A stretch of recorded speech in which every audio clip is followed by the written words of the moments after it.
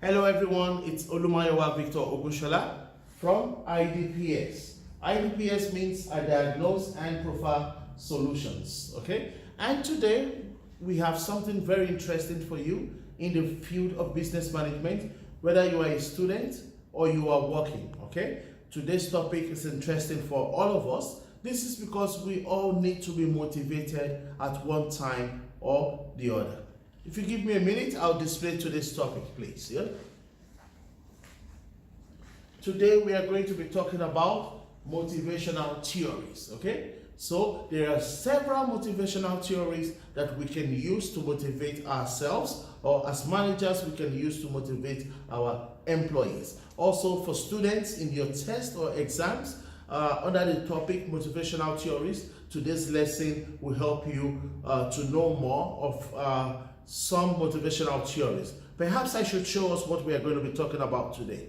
Today we are going to be talking about Abraham Maslow's Hierarchy of Needs, McGregor's theory X and Y, Esbeck's two-factor theory, Haldorf's ERG theory, Mark Cleland's theory, and Vohm's expectancy theory. These are several motivational theories that we are going to be talking about. But before we go on with the first theory, I think it's only important that we define what motivation is. So I'll do that on the whiteboard, please. Yeah? Motivation. Question mark. What is motivation? Okay? We can say that motivation are the internal or external factors, okay, from which we derive our energy or desire to continue to be interested in our job or our roles or our responsibilities at work. Okay, I'll say that again. Motivation, yeah, motivation, okay, are external or internal factors that helps us, yeah, to derive more energy, okay, and interest in our job roles, yeah, job roles and responsibilities. So at work we all have roles and responsibilities. But what is it that gives you energy? Where do you derive your energy from? Or what it is that makes you continually to be interested in your role at work? Okay, that could be your motivating factor. For some people, they are motivated by money, for example. They are motivated by their wages, and such motivation can be said to be extrinsic motivation. Extrinsic motivation, okay? And for some people, they are motivated by passion.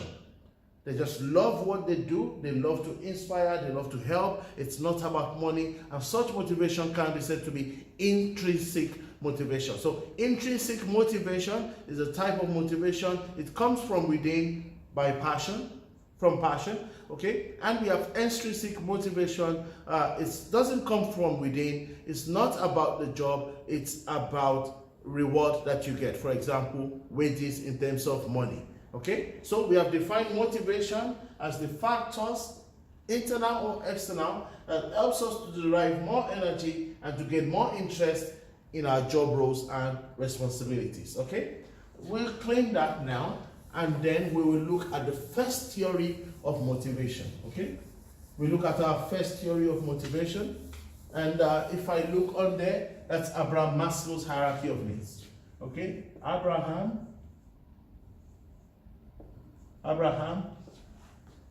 Maslow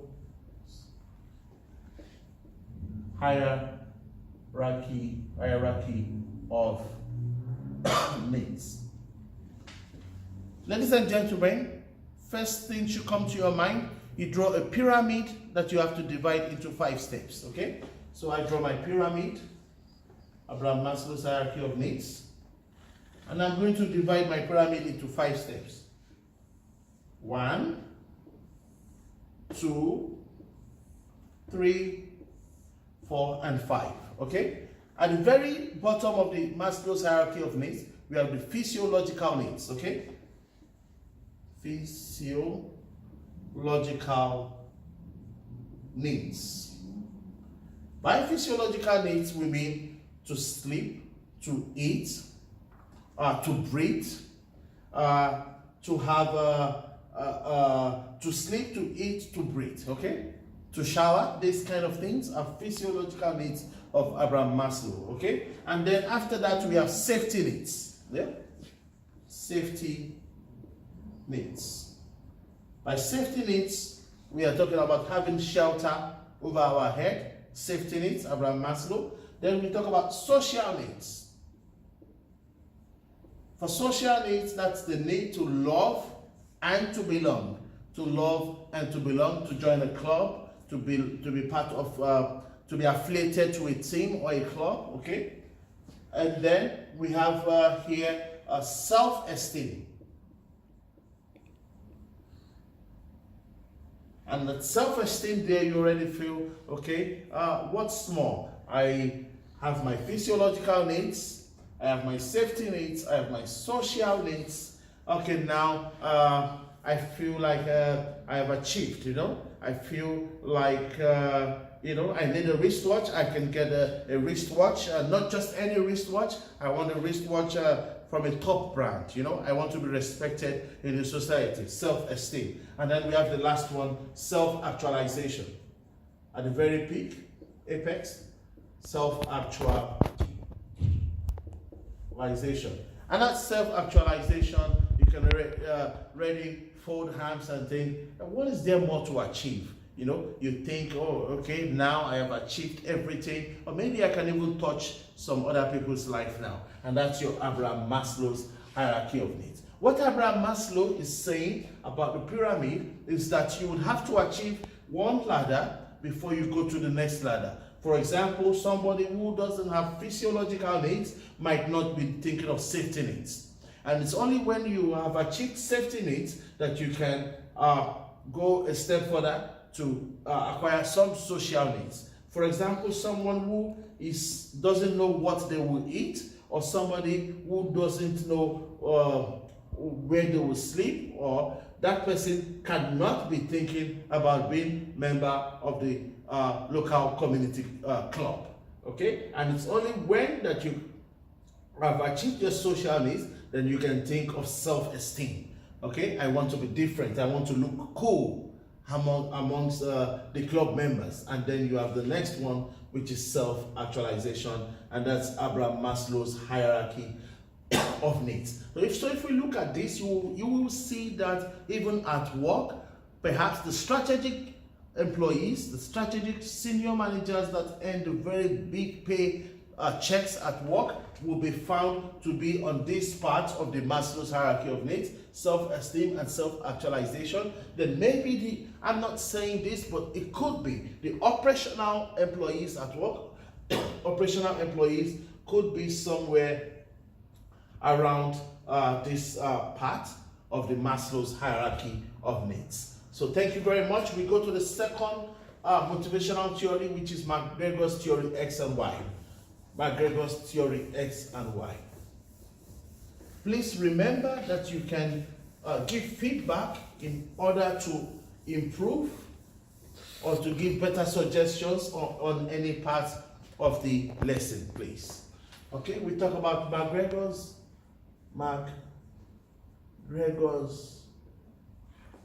theory X and Y.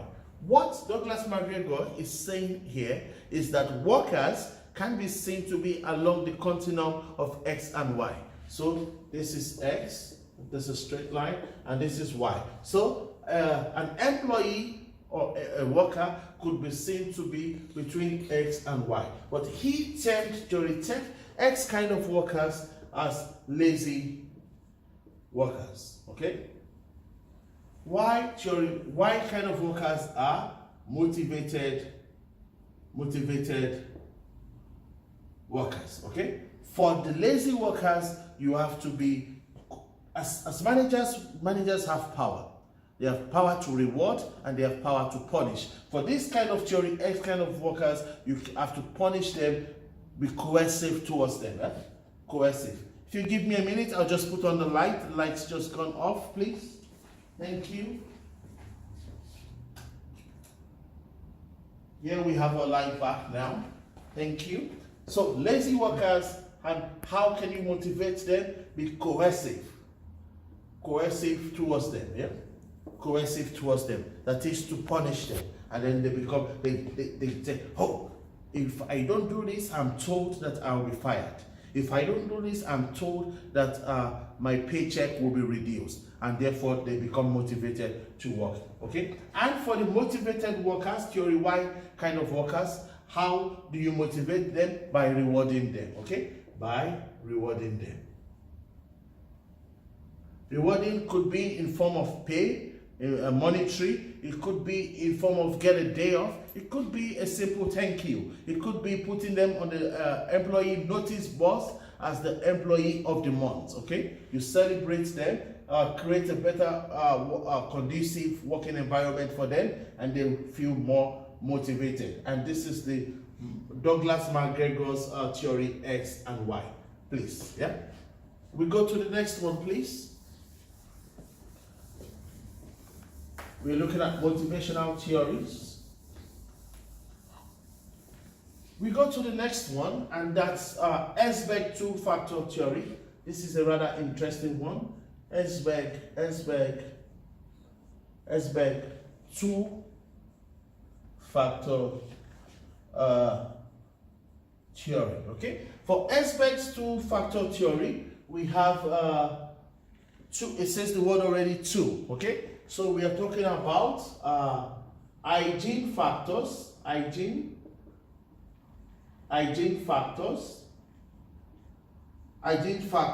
yeah, and motivating factors, and that's Esberg's two-factor theory. For the hygiene factors, okay, these are factors that, if present at work, the employees will already feel motivated.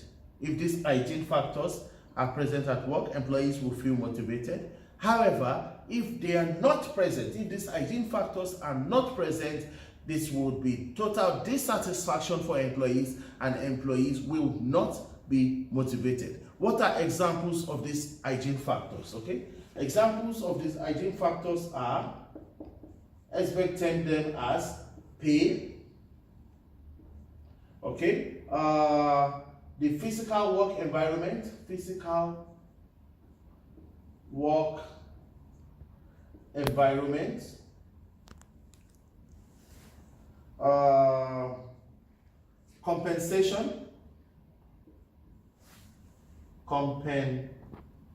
compensation,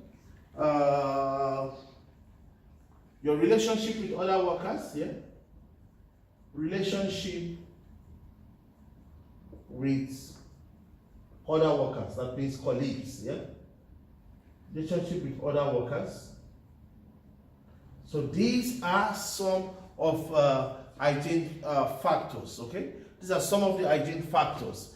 If pay or physical environment at work or compensation, if it's not there, employee will become demotivated. Okay, but if these factors are already present there, it doesn't mean employees will be motivated, but it doesn't mean they will be super motivated. So hygiene factors, if not present within the organization, employees are demotivated, but when present, doesn't necessarily means employee will be super motivated. Okay, and the next one, motivating factors. Okay, examples of these motivating factors are promotion. When you get promoted, of course you are super motivated. Another example would be responsibility. When you get more responsibility, In terms of job role, you'll be super motivated. Examples as well would be recognition,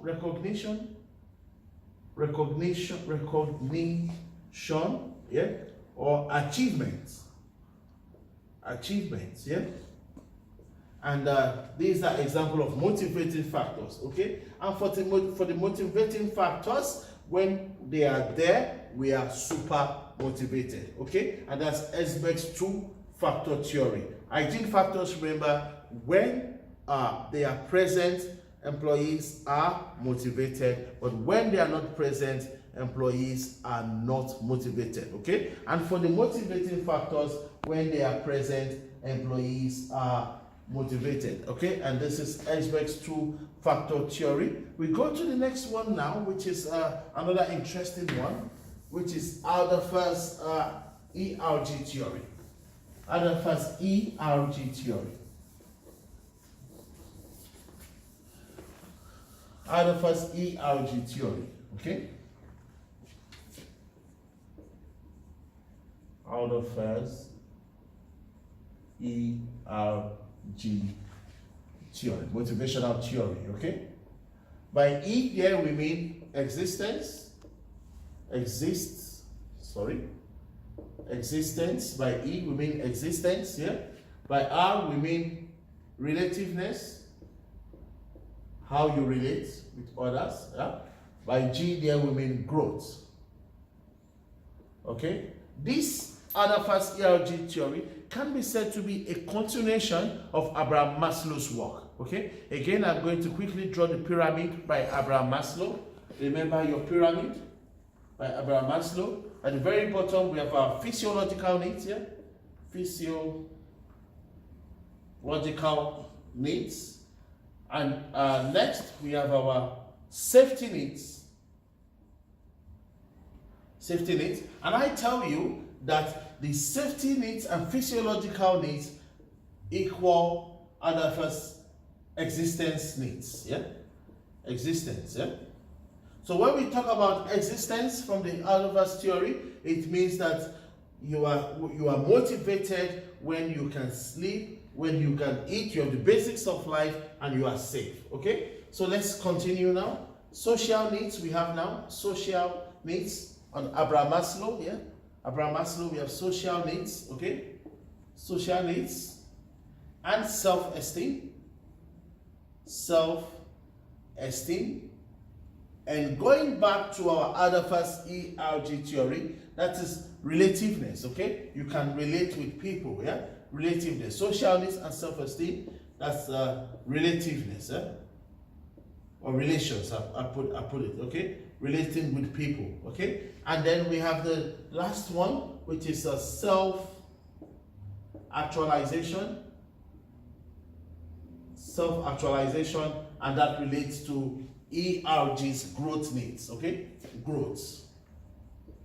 So you can see what I have done here. I have matched Adolphus ERG theory to Abraham Maslow's hierarchy of needs. First two, physiological needs and safety needs equals existence needs from Adolphus theory, yeah? Social needs and self-esteem equals relationship needs from Adolphus theory. And then self-actualization equals growth needs from Adolphus theory. And that's Adolphus ERG motivational theory. This is saying that employees or humans generally can be motivated just to exist, or can be motivated and supersede existence and to say, now I want to belong, I need to have some kind of formal or informal relationships. And then from there, can be motivated again, and we have the growth stage where you say, I have we have self-actualization, okay? That's Adolphus ERG theory. The next one is McClelland's theory. McClelland's theory. We'll look at that quickly as well. I think that's the second to the last theory that we are looking at, McClelland's theory. Okay,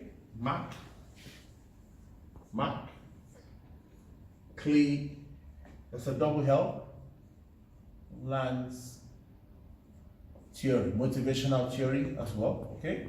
And here is three factors for this theory as well. It's about affiliation, okay? It's about power, and it's about performance. So Barthelinians is saying that employees can be motivated when they are part of a team. Okay? When they are part of a team, they can be motivated. Employees can be motivated if they have their interpersonal skills. Interpersonal skills. So you're part of a team, and that can easily make you become motivated, maybe because of the personalities involved in the team. Affiliation, okay, from Barthelinians theory. Power. This is relating to employees perhaps who are already having some kind of autocratic characteristics in terms of leadership. So they want to dominate the team. They want to be seen as controlling people, as commanding people, and then they feel more motivated. Okay, controlling, okay, leading,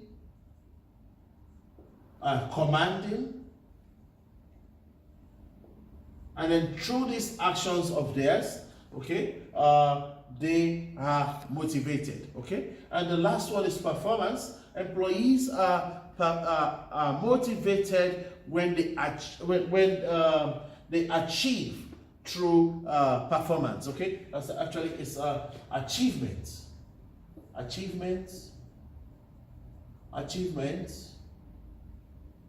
or performance. Achievement or performance. Okay, so the more you achieve, the more you get results, the more motivated you are. Okay, so you are an employee, and then you are to get for example 10 customers for the business, and you are able to get 10 customers, you are motivated. When next the strategic team is asking you to get 15 customers, you say, oh, if I can get 10 customers, I'm sure, or I think I can get 15. So this motivation is coming from past achievements or past performance. Okay, and that's the Barthelinians theory of motivation.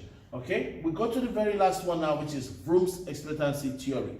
Please remember that you can rewind to any part of the video to see more about any part of the theories that I have talked about. Okay, now we go to the very last one, which is Vroom's expectancy theory. Vroom's expectancy theory. Vroom's expectancy, make it a big E. Vroom's expectancy, okay, theory, okay, and here we say motivation, yeah, is equal to expectancy, yeah, multiplied by instrumentality,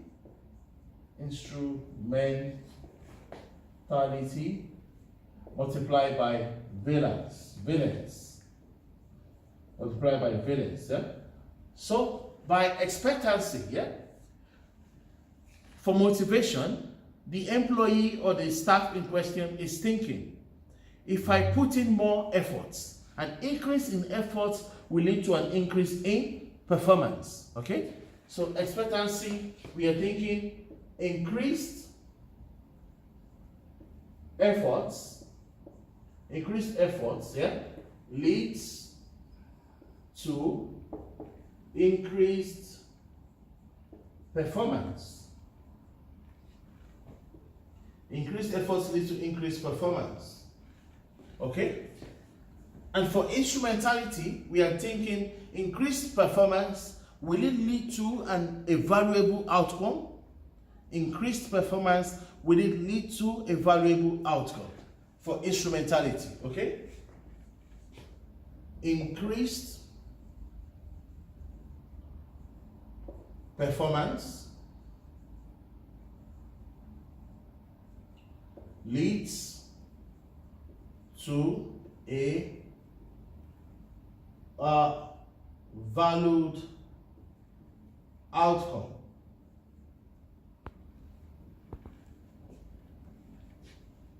Then for valence, the third one, for valence, yeah, we are thinking, yeah, to what extent is the outcome desirable? Okay, so if we look at this, Vroom's expectancy theory, please. If you look at Vroom's expectancy theory, I told you the motivation here is calculated as expectancy in terms of increased efforts leads to increased performance, yeah? To instrumentality, which says increased performance leads to a valuable outcome, okay? And finally, valence, which says to what extent is this outcome desirable, okay? And that's Vroom's expectancy theory. And then we have successfully looked at Abraham Maslow's hierarchy of needs, where you have the pyramid, physiological needs, very basic needs below. Okay, once that is achieved, humans can go to safety needs. Oh, now they need to be safe. Oh, now I'm safe. I have my house. I have a roof over my head. Now I need friends. Now I need to join the social club. Now I need to join the gym. Social needs. Okay, and after that we have self-esteem. Okay, and after self-esteem, self-esteem is the feeling, the need to feel important among your peers, okay? And after that, we have a self-actualization. Then we went to Douglas McGregor's theory X and Y. The theory X, lazy workers can be motivated through coercive power to punish them. The theory Y, workers are already motivated workers, can be motivated by rewarding them accordingly, okay? We have Esbeck's two-factor theory, hygiene and motivation factors. Hygiene factors are those that when not present, employees are not motivated. But when the hygiene factors such as pay, such as good working environment, when these things are present, employees are motivated, but it doesn't mean they will be super motivated, okay? And then we have the second one, which is the motivated factors. And the motivated factors, if present, employees will be motivated. We went on to talk about Adolphus ERG theory, existence, relational, and growth, and we linked that to Abraham Maslow's hierarchy of needs. Existence is the need for physiological needs and safety needs. Relational is the social needs, okay, and self-esteem, and growth is the self-actualization from Maslow's theory. Then we talk about Mark Cleland's theory of affiliation. So employees get more motivated when they work in teams, especially using their interpersonal skills. Then we talked about that's for motivational theories. Relational, that's for teamwork, okay? And then we talk about growth, and that's related to the self-actualization part of Maslow's hierarchy of needs. And lastly, we talk about Vroom's expectancy theory, and that's the theory of increased efforts leads to increased performance. Increased performance leads to valuable outcome.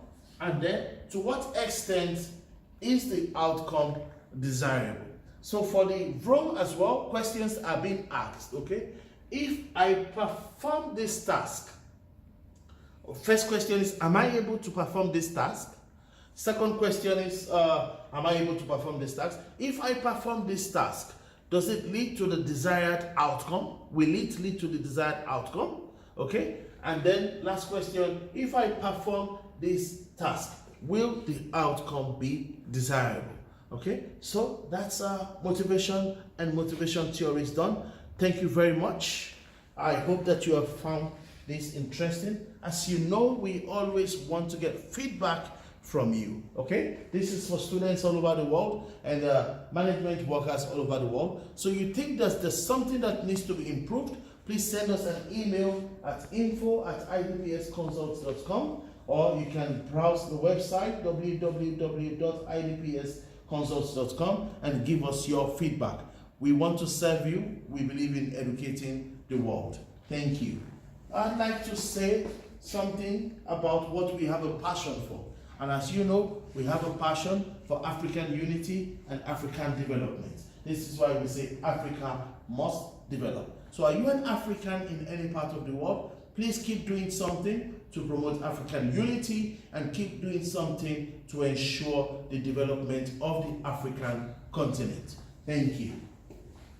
So this is where it comes to an end today. And in English language, we'd like to say thank you very much.